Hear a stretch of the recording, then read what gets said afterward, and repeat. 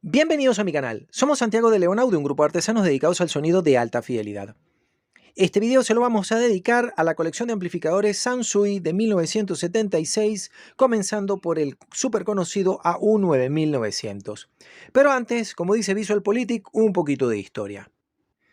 Si bien Sansui seguía viviendo del éxito de su pieza de la serie 500, el AU6500, 7500, 8500 y el fantástico 9500, al cual le he dedicado 3 videos en este canal, hemos hablado de él hasta el cansancio y también lo he presentado varias veces en videos cortos.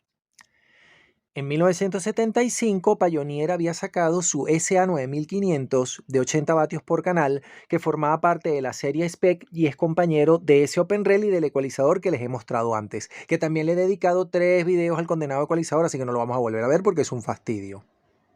Yamaha también había sorprendido al público con su colección 800, 600, 400 y el fantástico Yamaha CA1000 que no he tenido oportunidad de tener en este taller, aunque los 800 sí son bastante comunes en Venezuela. La percepción de esta colección en el mercado japonés y en el mercado americano era de que eran equipos muy complejos, muy sofisticados, con el sonido natural, que era la nueva filosofía súper conocida por Yamaha. Yamaha ya antes había sacado una serie de equipos, pero fue muy poco conocida, así que para casi todo el mundo esta era la primera colección de equipos Yamaha de alta fidelidad. Sansui ya nos tenía acostumbrados a equipos fantásticos como este maravilloso 666 que suena excelente. Es un equipo muy bien pensado para la sonorización de espacios pequeños. Y ya se había hecho costumbre, y se los puedo mostrar aquí, el súper conocido y súper habitual triple control de tonos que se estrena desde el Sansui 777 de 1967. Pero ellos querían algo que llamara la atención, que fuera muy vistoso, que se viera importante, grande y elocuente en las tiendas. Y para ello sacan esta pieza maravillosa que comparte algunos conceptos de diseño con su competencia, el Pioneer SA9500, más o menos del mismo tiempo. Yo les he mostrado antes en este canal un modelo inferior de esta serie, que es el 5900, pero eso no es tan sencillo. Vamos a ver cómo y de qué manera. En 1975, Sansui saca su catálogo nuevo que tiene un montón de platos tocadiscos que no me gustan, un montón de altavoces que yo no le recomendaría ni a mi peor enemigo, y los amplificadores 2200 y 4400 con frontal plateado, 6600, 5500, 6600 y 7700 que tienen el diseño del 5900, la estética del 5900 que yo les había mostrado antes, aunque por dentro son distintos. Y esta pieza, el 9900, el 10000 que nunca se vendió en Venezuela, el 11000 que daba 110 vatios por canal y el maravilloso y por alguna gente conocido como el amplificador más bello del mundo, el AU20000. Que su caja no es gris ni negra como la del resto de los amplificadores contemporáneos de su tiempo, ni de caja de madera, sino que es un rojo vermellón, rojo púrpura, tiene un color bien curioso, un rojo ligeramente morado, muy bonito. Ese amplificador y este comparten muchas cosas y ya vamos a ver su panel frontal para que vean qué tiene y qué no tiene. En primer lugar, abandona la elegancia clásica de Sansui, de perillas pequeñas en aluminio a 2 colores, bien bonita, y lo que quiere es llamar la atención. Por eso uno de los tuners más bellos que se llegó a hacer en su momento, desde mi punto de vista la estética y la construcción es el mejor tuner japonés, es el T1 de 1900, compañero de este niño, que es prácticamente imposible de conseguir, pieza de colección y fantástico desde todo punto de vista. De hecho me parece sobrediseñado. Está muy por delante, por ejemplo, en la calidad de recepción del tuner que le era competencia y contemporáneo, que es el ST7000 de Yamaha. No es este ST800 que yo tengo, sino el 7000, que es solo FM dedicado, pero es de esta colección y tiene esta estética. ¿Qué tiene este amplificador? Pues vamos a verlo porque es muy interesante. Un conmutador para aprender, un selector de altavoces, una luz de power que además es protección. Tiene un triple control de tonos, pero no es tan bueno como el del Sansui AU9500 que yo les mostré antes. Si ustedes recuerdan ese amplificador, que lástima que no lo puse aquí, recordarán que él tiene el control de agudos con el selector de la frecuencia de corte, el control de medios con el selector de la frecuencia de corte y el control de bajos con el selector de la frecuencia de corte. Y no están hechos con potenciómetros deslizables de película de carbón, sino que está hecho con conmutadores. Una calidad fantástica. En este caso, este amplificador ha perdido un poco de esa magia y solamente tenemos selectores de frecuencia de corte para los agudos y para los bajos. Los medios no tienen selector de frecuencia de corte, cosa que me parece un desperdicio, aunque sí me gusta más esta distribución porque es como muy lógica. Los agudos, o sea, el registro alto arriba, el registro medio en el medio y el registro bajo en la parte de abajo. Eso está muy bien. Otra cosa que no me gustan son estos selectores que son de palanquita, que suenan al pisarlo. Esto no me parece lo mejor, pero está muy bien. Y sus frecuencias de corte. Este es un control de tono más sofisticado, por ejemplo, que el control de tono que trae un amplificador como este de gama media, el 666, que tiene la frecuencia de corte fija, pero también es bajos, medios y agudos. Lo que no está bueno respecto al 9500 es que aquel tenía el selector de las 3 frecuencias de corte, al igual que el Sansui 999, que también mostré en este canal y le dediqué un video, y este no, este solamente tiene la frecuencia de corte de los agudos y de los bajos. Y es un control de tono que no me gusta como está implementado, ya lo vamos a comentar después. Otra cosa de este amplificador es que tenemos este conmutador completamente absurdo e inútil, que es solo los filtros, paso directo de señal sin control de tonos y el control de tonos más los filtros. Este es un conmutador que solamente sirve para un propósito estético, no tiene nada que ver. Hay 3 amplificadores, esto es muy curioso, hay 3 amplificadores que comparten exactamente este panel de controles, que son este 9900 que tenemos nosotros, el 10000 que es muy poco común, el 9900 da 80 vatios por canal, el 10000 da 100 vatios por canal y el 11000 que da 115, 120 vatios por canal. La única diferencia de ellos es la potencia, el resto del equipo son exactamente iguales. El panel frontal es fantástico porque este tiene estas como que si fuesen asas pero no lo son, más el borde plateado que hace mucho juego con el diseño del resto de las piezas. Tiene un frontal enorme, de hecho pueden ver que el equipo es prácticamente tan grande como este receiver y este receiver es mucho más grande que un amplificador integrado, pero tiene cosas que a mí no me terminan de cuadrar. Aquí tenemos, como todos los amplificadores analógicos de aquella época, los filtros subsónicos con 3 frecuencias de corte y ultrasónico con 3 frecuencias de corte. Claro, estos no son ultrasónicos, estas frecuencias, pero se llaman así, punto. Tenemos el control de muting, que le falta la palanquita y que es un retroceso respecto al control de muting que tiene el amplificador AU7900, que también tiene esta misma potencia, 80 vatios por canal, porque aquel tiene un muting de 3 pasos. ¿Okay? Tiene el paso de 0 decibeles, menos 10 decibeles y menos 20 decibeles. Aunque aquí hay otro conmutador de 0 decibeles, menos 10 decibeles y menos 20 decibeles. Entonces, como poner la misma cosa 2 veces, no entiendo. El control de balance está separado, así que este es un potenciómetro simple. Aquí tenemos el control de modos, que es normal, reverse, monofónico, solo canal derecho, solo canal izquierdo. Si ustedes se dan cuenta, son más o menos los mismos controles típicos de todos los amplificadores en aquella época, que tenían el control de modos, que es estéreo, estéreo reverse, los 2 canales juntos, solo derecho, solo izquierdo. Y también los filtros subsónicos y ultrasónicos, que los tenemos aquí con 2 frecuencias de corte, 3 frecuencias de corte, que son, adiós perole, 20 Hz, 10 Hz, 70 Hz y aquí 6 kHz, 12 kHz y 40 kHz. El audio muting es lo mismo, el control de balance, lo único que este tiene el balance integrado al volumen, pero se parece muchísimo, son los mismos controles todo el tiempo. Tiene más o menos los mismos controles que yo les mostré en el video que le dedicamos al Pioneer 9500, que era la competencia del Sansui 9500, pero se parece más a este 9900 por una cantidad de cosas que ya vamos a ver en detalle. Aquí tenemos el control de copia, el bucle de grabación, acá tenemos el bucle de grabación, aquí tenemos el selector de entrada, que es muy raro porque el selector de entrada, igualito que el del Sansui AU999, nos permite el auxiliar 1, el auxiliar 2, el fono 1, el fono 2, pero para entrar en cinta magnética tenemos que entrar por acá y para activar el tuner tenemos que entrar por aquí. Es muy curioso que hayan distribuido los controles de esta manera. Por supuesto, en el centro, el atenuador. Nos los presentan como un atenuador, pero en realidad es un control de volumen convencional. No es un atenuador. Un atenuador es esta pieza que es un multiselector con resistencias de película metálica, que no mete ruido y tal cosa. Esto no, esto es un simple potenciómetro como cualquier otro.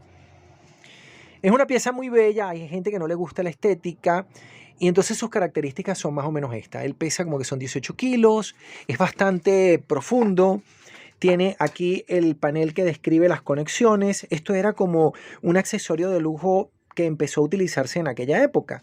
La gente de Macintosh siempre incluía esto. Entonces, era como que ponerlo le daba al equipo la categoría de ser un equipo de alta gama. Entonces, por ejemplo, los amplificadores grandes de Technics, el SU 8080, el SU 8088K, 8099K, tienen este diagrama esquemático impreso en una parte de las tapas. Este equipo ya no es negro.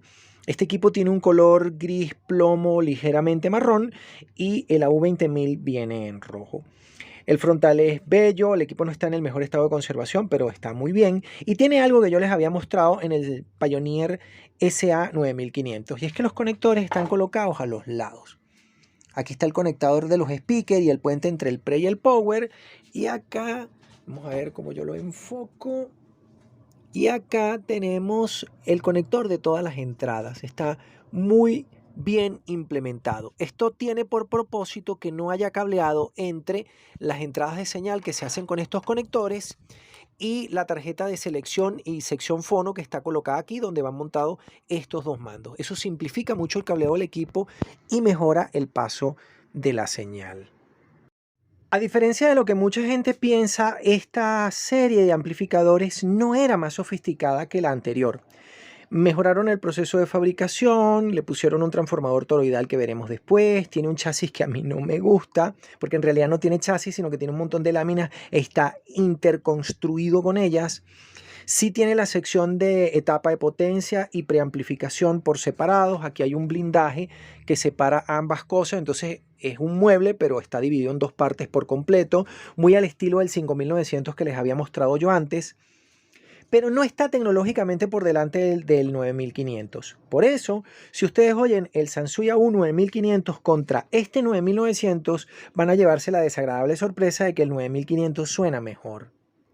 Esto se debe a una razón muy curiosa que les voy a comentar lentamente. A partir del Sansui AU999 y también en este amplificador, por cierto, en este pequeño 666, se usa un amplificador, una configuración de amplificación de doble diferencial, de doble par diferencial. Eso le permite al amplificador restar 2 veces el error de amplificación e intentar eliminar la distorsión armónica que es creada por la linealidad de los transistores de salida. Es una solución sofisticada. También la usó Technics, después la utilizó Pioneer, no en el 9500, sino en el SA9900, pero Sansui no la utiliza en este amplificador 9900, AU9900. Entonces es muy curioso que es un amplificador Sansui que en realidad no suena a Sansui, o por lo menos no es tan bueno como nosotros nos lo hubiéramos podido imaginar. Les voy a comentar algo que es muy curioso. En 1976 sale esta misma versión de equipo, esta serie de equipos, pero refinada. Entonces, el 2200 se convierte en el 2900, el 3300 se convierte en el 3900, el 4400 se convierte en el 4900, 5900, 6900, 7900, es una máquina fantástica. Y este niño se convierte en el 9900A, hay un 10000A y un 11000A que tienen una modificación en el diseño. Conservaron la estética y el proceso de fabricación, pero cambiaron el circuito al que tiene este Sansui 666. Eso es muy curioso. Es un poco absurdo, pero es curioso. Sucede que la configuración de salida de ese 666 es más sofisticada que la configuración de salida que tiene el 9900, a pesar de ser un tope de gama. Ojo, todos son unos topes de gama, aunque no tengan la potencia completa. Me explico. El AU20000, el 11000, el 10000 y el 9900, todos son tope de gama. Uno lo que podía hacer era elegir la potencia que le hacía falta. Es como una serie de teléfonos que hay hoy en día que tienen todos la misma memoria, el mismo micro, la misma RAM, el mismo almacenamiento, la misma tarjeta gráfica, las mismas prestaciones, pero varían en el tamaño de la pantalla. Porque todo el mundo no quiere un teléfono celular gigantesco con una pantalla de 7 pulgadas, sobre todo en América Latina, que tú no quieres que te vean el teléfono en principio. Esto hacía que el equipo fuese muy interesante. En realidad lo que hay es un problema con esta serie. Veamos. Todos los amplificadores de una serie de fabricantes de cualquier tipo de equipo, como por ejemplo Marantz, que ya que lo tengo aquí, ellos hacen lo siguiente. Si yo tengo que fabricar una cantidad de receiver, yo los escalo por precio y por potencia. Entonces, al de menor potencia no le pongo un circuito completo, le pongo un circuito muy sencillo, de tal manera de reducir los costos y acercárselo al público objetivo. Entonces, por ejemplo, un amplificador de 25 vatios por canal tiene el circuito más simple, luego el de 35 vatios tiene una sección tuner mejor, o tiene la misma sección tuner del anterior y tal cosa y tal. En el caso de Sansui, esta serie está formada por los amplificadores 2900, 3900, 4900, 5900, 6900 y 7900, que son una mejora respecto de los números de la versión de los números repetidos, 2200, 3300, 4400, etc.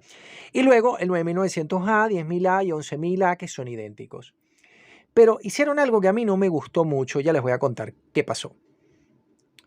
Sucede que los modelos 2900, 3900, 4900 comparten el circuito y lo que varían es la potencia. El 5900, 6900 y 7900 también comparten circuito, pero no tanto.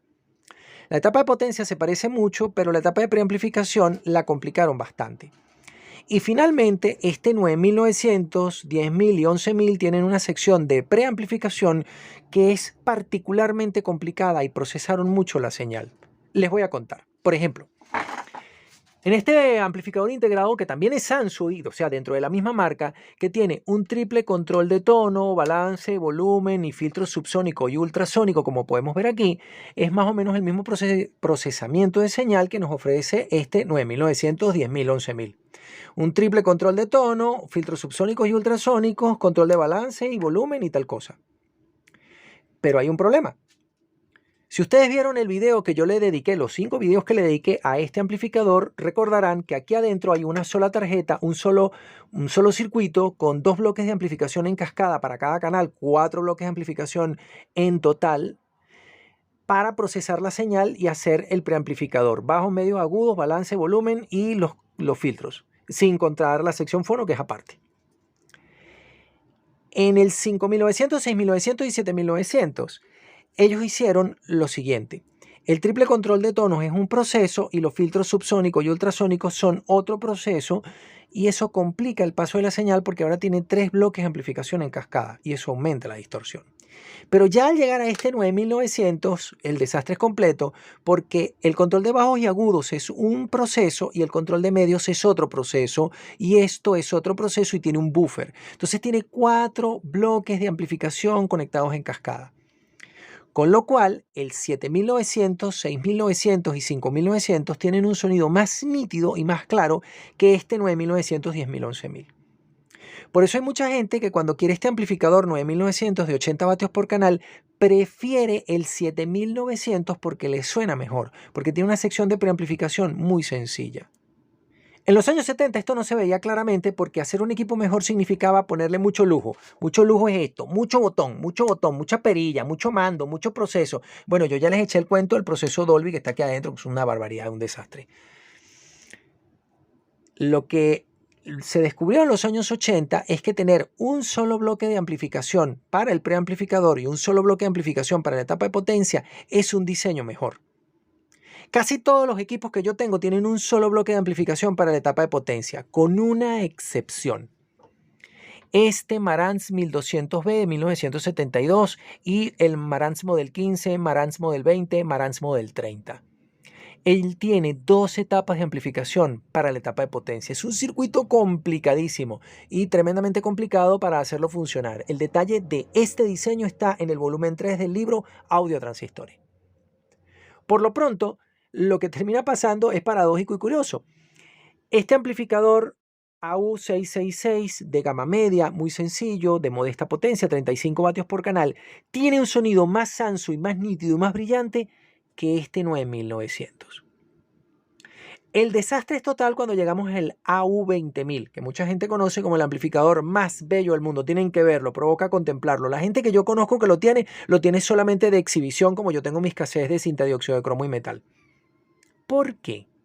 Porque sucede que su preamplificador es tan complejo y procesa tantas veces la señal que tuvo el mismo problema que el preamplificador Technics SUA1 del catálogo Una visión del futuro en 1976. Complicaron tanto el diseño que no sirve para nada. Lo interesante es que, habiéndolo hecho así, la gente ha preferido siempre el 6900 o el 7900 de esta serie. El 9900 no suena mal, a mí me parece que tiene un sonido fantástico, a mi oído, tiene un sonido fantástico y de fantasía, me parece excepcional. pero el 9500 está por delante porque aún hoy sigue teniendo un circuito algo más sencillo, aunque no es el mejor circuito, porque de hecho los circuitos, el diseño que se utilizó para este equipo es más sofisticado y mejor, sobre todo en el 9900A. En el próximo video vamos a empezar a reparar ese 9900 porque sufrió un desastroso accidente y lo vamos a detallar como los videos que le dedicamos al Sansui 666. Recuerden que mi libro de electrónica, audio y alta fidelidad, en su volumen 1, tiene una larga presentación de 400 páginas donde explica cómo hacer la configuración de un sistema de sonido de alta fidelidad con todo detalle y ya está disponible en su versión nueva. Todavía no tengo la definitiva, pero tengo una que está bastante corregida. El volumen 2 habla de diseño electrónico, por qué se diseña y cómo se diseñan, tanto los altavoces como la electrónica. Y en el volumen 3 vamos a tocar, entre otros tantos temas, el análisis de por qué los preamplificadores en los años 80 se hicieron sumamente sencillos y por qué se cambió bastante el diseño. Aquí tenemos, esto no es un pre, esto es una etapa de potencia, pero por qué este Power tiene un diseño de doble diferencial totalmente simétrico y es muy diferente del diseño que tienen estos equipos de los años 70 y por qué esto, a pesar de que no tiene la misma vistosidad y no son tan bonitos como los equipos de los años 70, suenan bastante mejor. Analizando el diseño tenemos la herramienta para hacer nosotros también cosas que sean un poco mejores. La diferencia es que mi libro incluye altavoces y acústica, que eso no lo tienen los tratados o el material que yo he conseguido que habla de estos temas. Desde Caracas, Venezuela, saludos y suerte.